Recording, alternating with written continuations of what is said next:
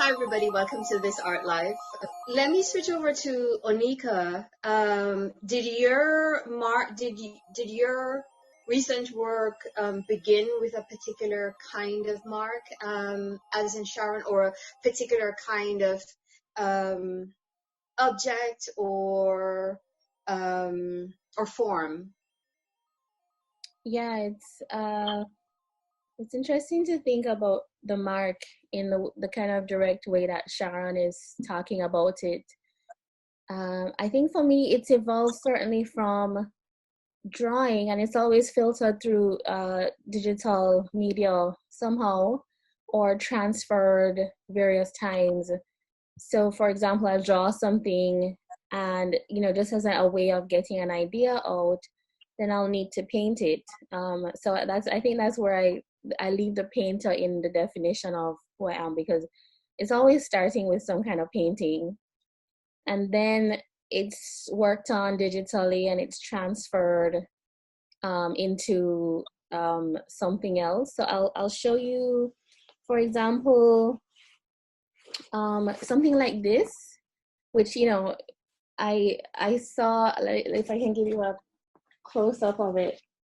But this is one of the pastimes that I have, like, that I'm doing now, is I'm collecting a lot of things from around the area, and then I will have the need to draw it, just to think about what it is.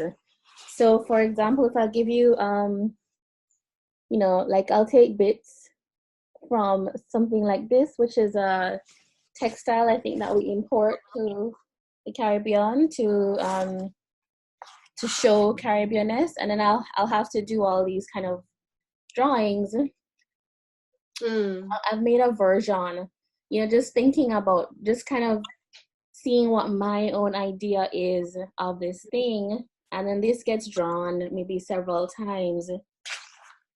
And then I think the thing is that drawing is actually intended for an animation. And I think if you think about Mark, and Sharon was talking about this gesture and this ongoing mark. And for her, I think there's a trace in her work. But I think for me, the trace comes when it's one after the other. So it's stacked, and then it becomes this narrative, because I have drawing 1, drawing 2, drawing 3. And this image is going through like different changes. And then that becomes a video, which has all the trace of all the marks. Okay. All right. So I'll just show you on my Instagram page. So this is an example of one of those that was printed, which I then went into with the thread to create drawings on top of drawings. And so that, I think for me, that's how I continue to see the mark making happening. So you find these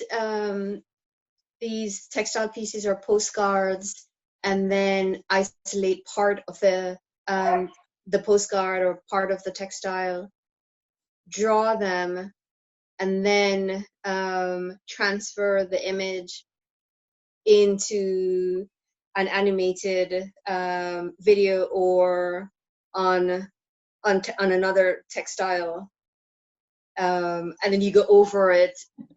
It's a lot of busy work. It's a lot of useless work, in a way, because you would think, if you're a designer, that would not be the most efficient way to do anything. It's the most cost effective. It's not the most cost effective way to do anything. But that's the good thing about art, I think, is that you don't have to. We're not leading with that. It's about inquiry, and I think for me, then sometimes I look like I saw that textile in 2016, and I cut a piece of it and brought it home with me from a residency, and I really didn't know what to do with it. And so I think that long process is a way of thinking about the thing. So first of all, I have to absorb it into my psyche. So, okay, I'm clearly attracted to things, that thing. And so it's always looking at things that I find pleasurable or desirable, and then thinking about, okay, what do I do with it? So I have another work where I photographed um, some women and put them in front of it digitally and created a video installation. And I always like to go into the same thing in different ways, because then if you, for example, if you draw something as opposed to if you photograph something, or if you sew something, it's like different bits of knowledge and different bits of questions and inquiry that's opening up in your mind. Because like sewing is a process that takes a very long time. It's meditative. Whereas if you're drawing something, that's I draw quite quickly, and so it's like within 2 minutes the thing is done. And so it's just different ways.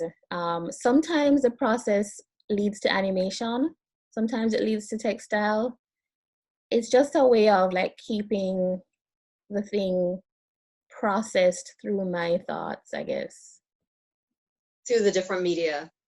Yeah, it's I sometimes I'll think, okay, I really think that this image needs to have a kind of maybe non-object type of feel. It needs to be like an experience rather Mm-hmm. than like a thing which people Mm-hmm. feel in the space. And so then I think, okay, animation would be really good for that.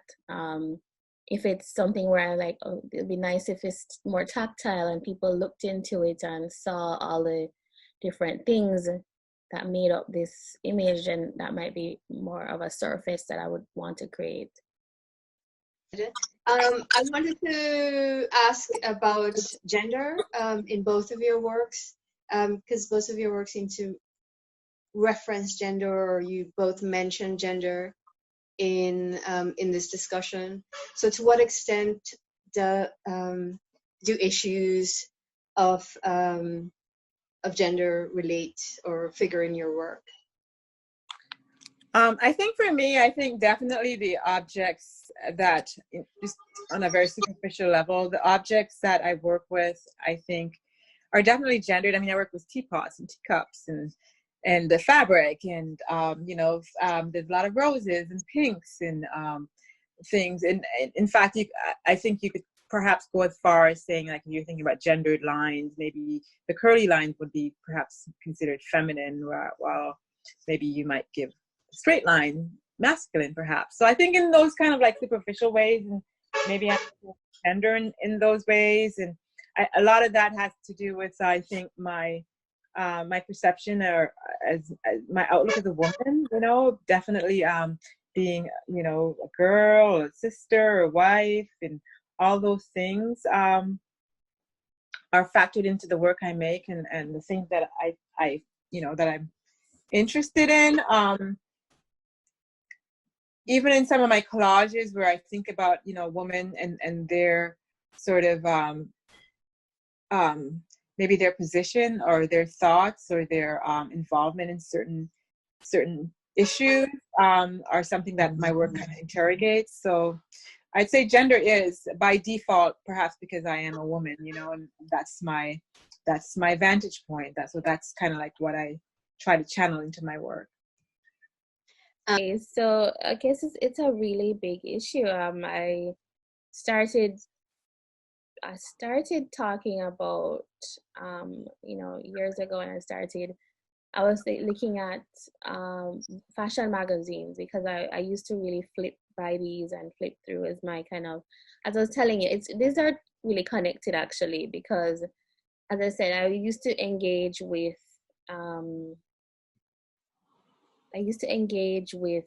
art in various ways that exist outside of the white cube, because what we could get really as kind of very sophisticated, developed kind of aesthetic creative work was maybe magazines. So I used to buy a lot of Vogue.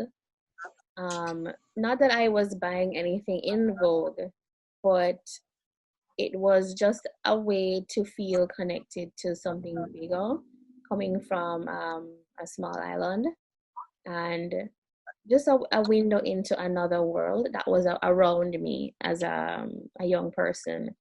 and also, you know, you're also thinking about like how you shape yourself, and so started looking at these things.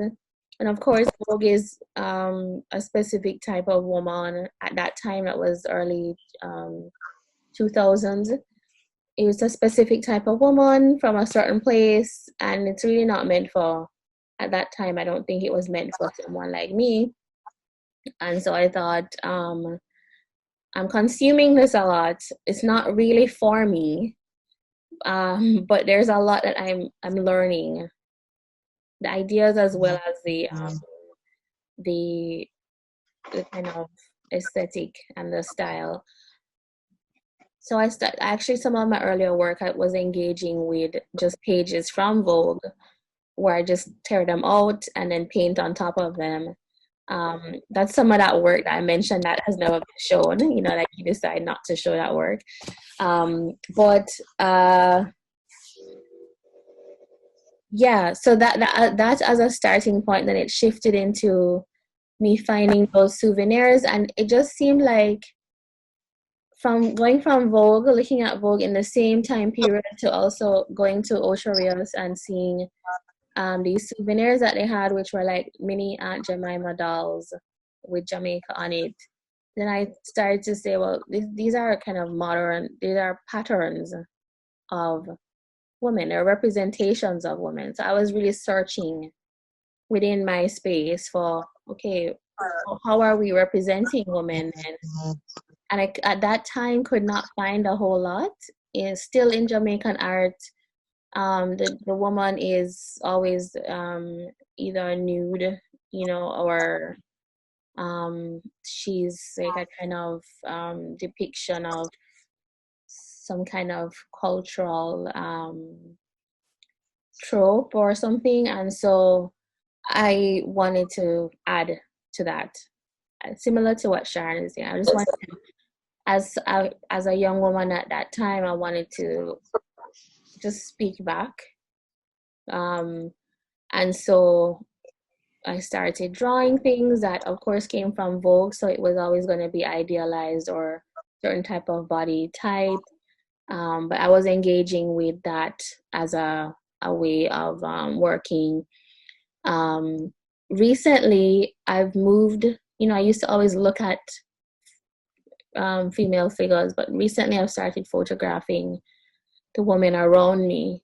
So a lot of my recent work actually has photos of my sister and her friend who did a photo shoot for me a couple years ago, and so I've been using them in my work. So a lot of the reference points come from those photos, which I feel is a kind of continuing or evolving step on way to look at the representation of the female in and of women and female identity in this space.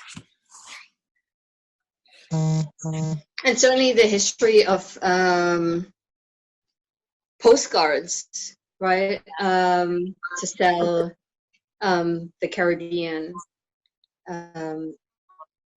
have depended on images of a certain kind of Caribbean beauty or Jamaican beauty.